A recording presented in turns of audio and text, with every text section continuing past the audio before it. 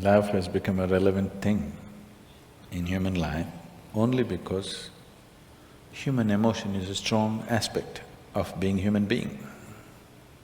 In human life, emotion is a very powerful thing. Even in this day and age, though people think they're very intellectual, even today, their emotions are the strongest aspect. Yes or no? It's the most intense aspect of their life. They claim they're intellectual, but their intellect is never so intense, but their emotions are intense. Maybe not love, maybe not compassion, but maybe anger, maybe irritation. These are all emotions. So emotion is a very important aspect of being human. Now we're only talking about what type of emotion do you want to have? Now do you have a mind? Do you have a mind? Yes. Would you want it to be sharp or dull? Huh? Why? It works better that way, isn't it? Similarly, if you have emotions, do you want to have sweet emotions or bitter emotions? Sweet emotions, it works better that way, isn't it? So love means just that. You have transformed your emotions into sweetness. Now I want to be in love without emotion. That's a very European idea.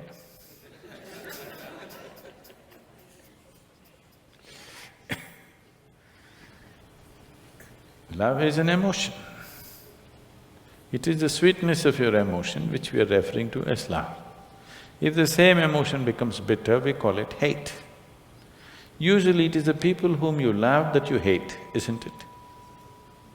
Some time ago you loved them, now you hate them. You don't hate that man who's just walking on the street, isn't it?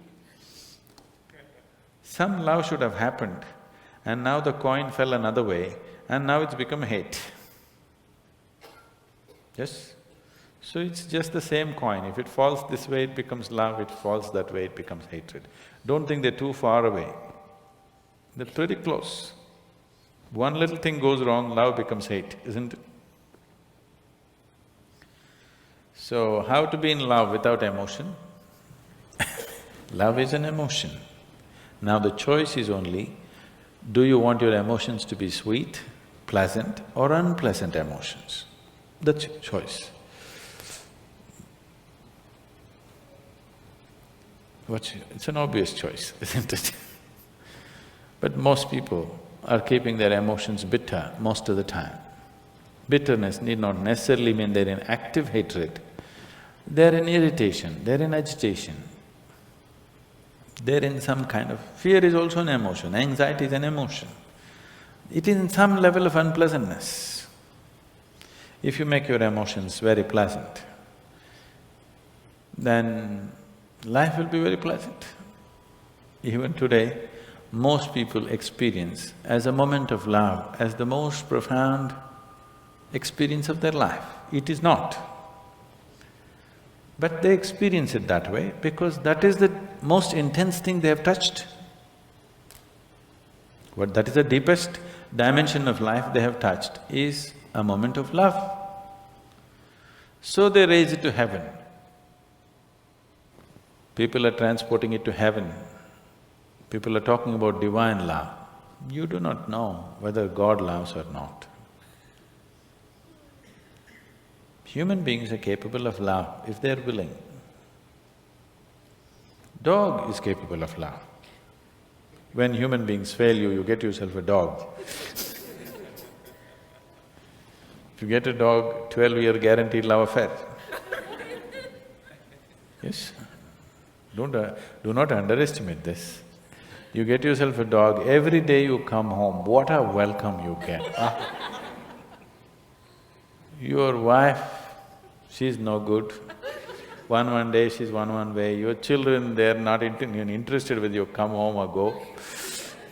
But your dog, every day, what an excited welcome he gives you. Nobody's capable of this, isn't it? Every day, without fail, he'll never show disinterest in you. is such a boost for you.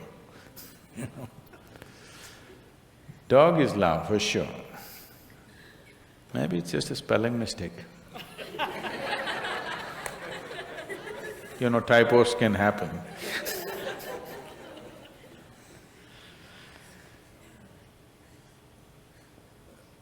Now, if you made yourself in such a way, nobody around you can love you, then the only succor you have is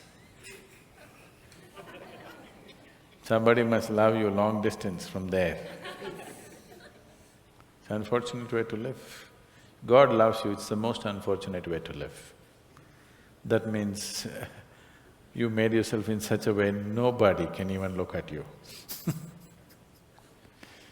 If people around you cannot help loving you, that's a nice way to be, isn't it?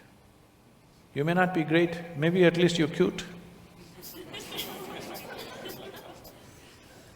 Yes? So, in yoga, we don't look at anything as love, hate, happiness, misery, we don't look at it that way. We just look at it this way. Do you want to be pleasant or unpleasant? If you become pleasant in your body, we call it health. If you become very pleasant, we call it pleasure. If your mind becomes pleasant, we call it peace. If it becomes very pleasant, we call it joy. If your emotions become pleasant, we call it love. If it becomes very pleasant, we call it compassion. If your very life energies become pleasant, we call this bliss. If it becomes very pleasant, we call it ecstasy. If your surroundings become pleasant, we call it success. So, the other names that you give are just leading to confusion. Should I be loving? You don't have to be loving. Just be pleasant in your body, pleasant in your mind, pleasant in your emotions, pleasant in your energies, you will be a wonderful being. If your emotions are pleasant, if somebody comes here, you can share that pleasantness with them. If your emotions are unpleasant, for sure you share that with people, isn't it? Yes or no? So you cannot do something that you are not. If this is feeling pleasant now, it will naturally be pleasant to everything. If this is feeling unpleasant right now, it will be nasty to everything. So instead of seeing how to make this pleasant, you want to be pleasant to somebody. That is being loving. You don't have to be loving. If everything within you has become pleasant, whatever is needed in that moment, you will do. If you need to say pleasant things, you will say that. If you need to say some hard things, you will say that. But without any unpleasantness in you, that's important, isn't it? If you'll have to fight a war, you'll fight it without any unpleasantness in you, that's important. Then you will do everything only to the extent it's necessary. You will not overdo anything. If you say, I love somebody, you will exaggerate things about the people whom you love. You will exaggerate good things about them. If you say, I hate somebody, you will exaggerate bad things about them. You'll never see anything the way it is. People go blind with things that they love, isn't it? They have no sense, they lose all their sense. If they hate also, they'll lose sense. If you like, you will lose sense, if you dislike, you will lose sense. The doorway of life is in being equanimous, that you're able to see everything just the way it is. Now you are pleasant to somebody not because somebody is nice. You're pleasant to somebody because you are pleasant, that's all. This is more guaranteed. It's a more guaranteed love affair, isn't it? You're being pleasant to somebody because you're pleasant. If I am being pleasant to you because you are nice, tomorrow if you're not so nice, something else will happen, isn't it? If you mortgage your pleasantness to something outside of you being pleasant or unpleasant is only by chance. Keeping this one pleasant is your business. If this one is pleasant, with whatever it interacts, it will generate pleasantness. Now you have not managed to make this pleasant, you're trying to be pleasant to somebody. And that is subject to so many things. If you have to be pleasant, they have to be fixed the way you want them. And that's not possible. Nobody can be fixed the way you want them. You're not able to do that even with one person, isn't it? You cannot even fix one person the way you want them, forget about the whole world.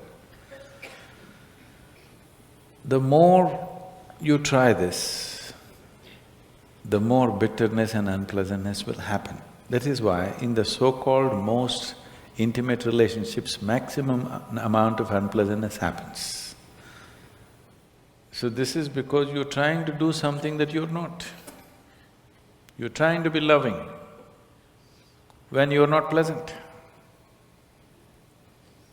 When you're feeling bitter, you try to be loving and see it'll destroy you, isn't it? Yes or no? You tried all these things, isn't it? It's destructive. When you're feeling pleasant, it is effortless. So, you just have to look at why is it you being pleasant or unpleasant is mortgaged to external situations. If everybody around me is unpleasant, how can I be pleasant? Especially if everybody around you is unpleasant, it's all the more important that you're pleasant, isn't it? Yes or no? If everybody around you is in a mess, is it not all the more important that you're pleasant? If everybody around you is unhealthy, is it not very important that at least you're healthy, even if you want to take care of them? Is there any logic to everybody is unhealthy, so let me also get sick? What is the logic behind this? So if people around you are unpleasant, it becomes even more important that you're pleasant.